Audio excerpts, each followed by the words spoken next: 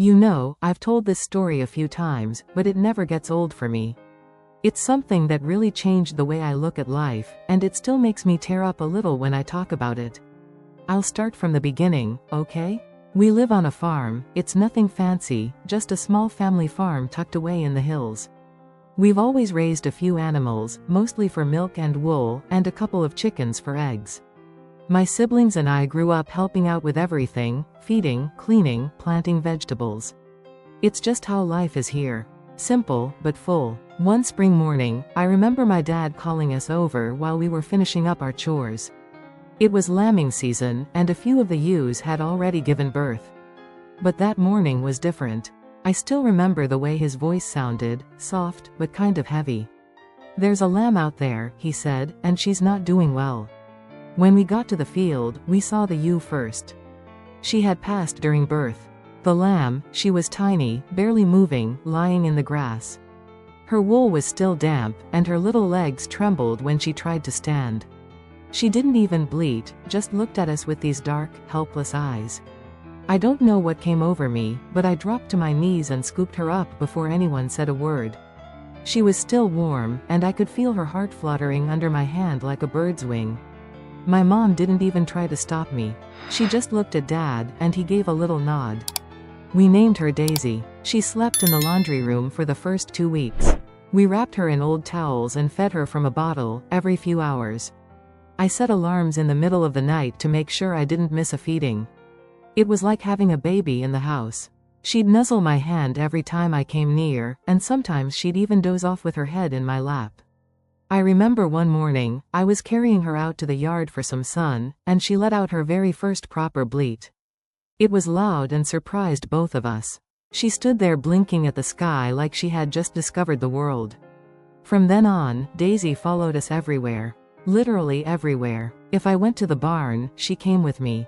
If my brother went to feed the hens, Daisy trotted right behind him. My little sister would lay on the grass and Daisy would curl up beside her, like a puppy. I don't know how to explain it, but she was never just an animal to us. She felt more like a sibling. We'd do schoolwork on the porch, and she'd be right there under the table, chewing on a corner of someone's notebook. Once, during a video call with my teacher, she popped her head into the frame and everyone laughed.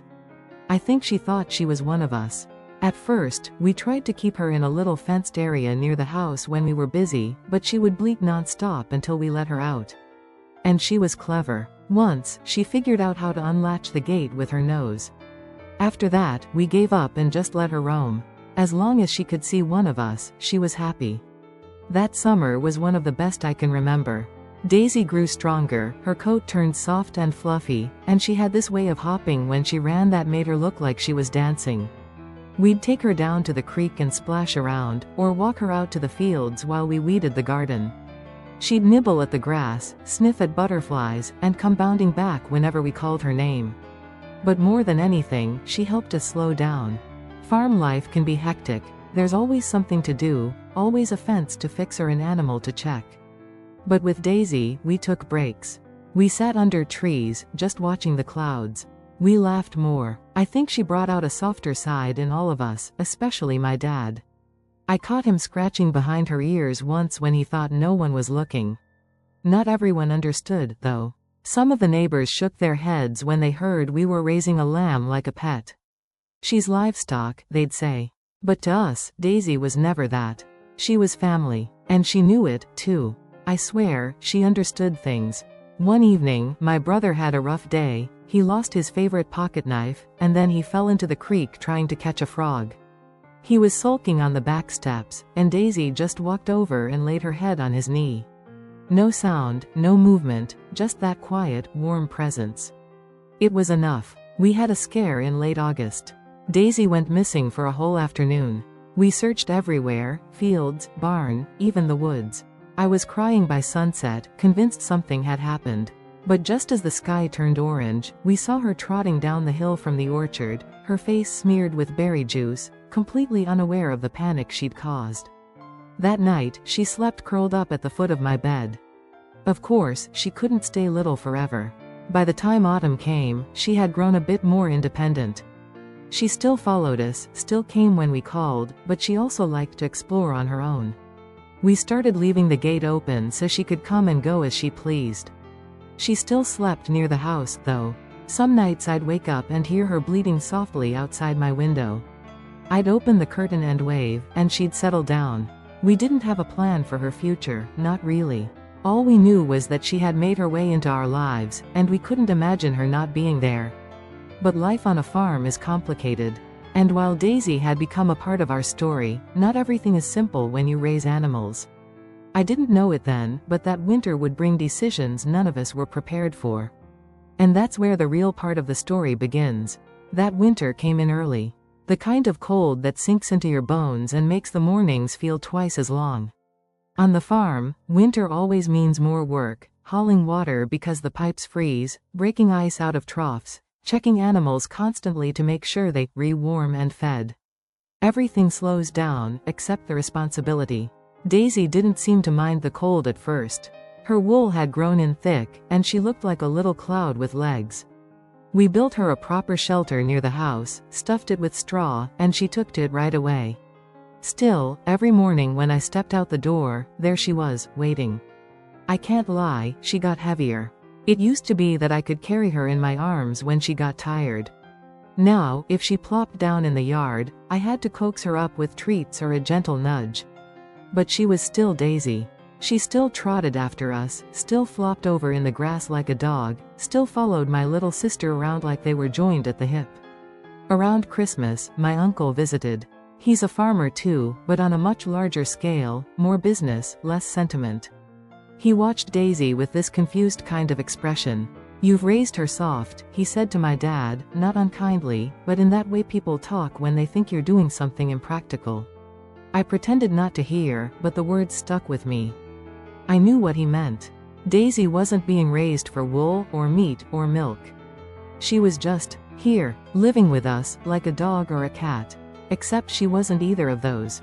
She was a lamb, and people kept reminding us of that, as if it mattered more than anything else. After New Year's, something changed. Not with Daisy, but with the way we all started thinking. She was growing fast. She was strong, active, healthy.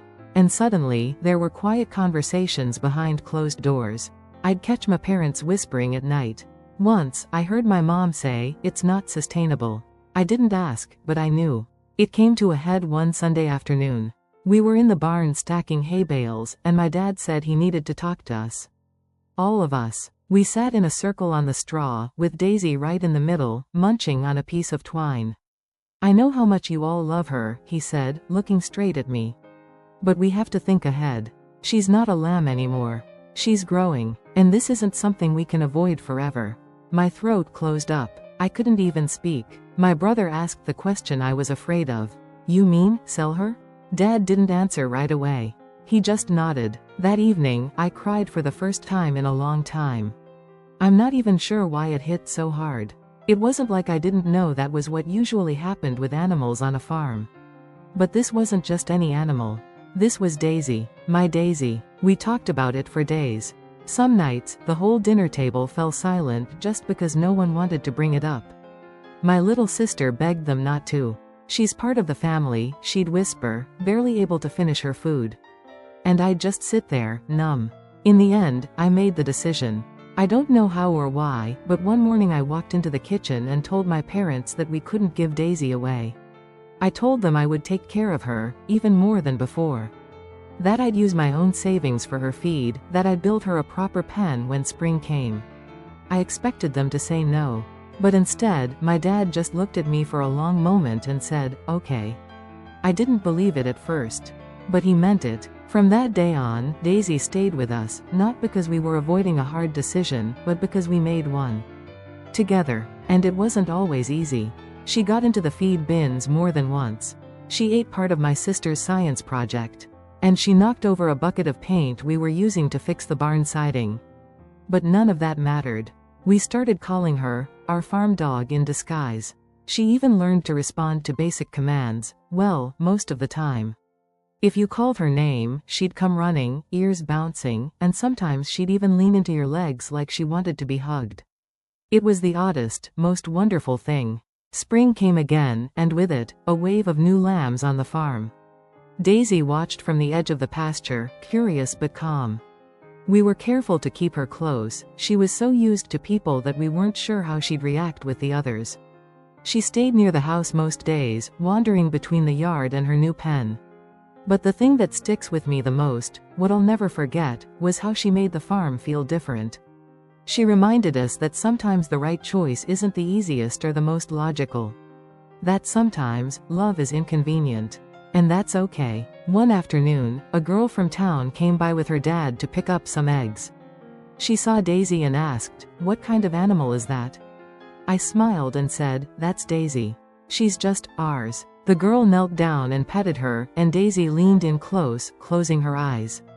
I watched, and for the first time in a long while, I felt like things were exactly the way they were supposed to be.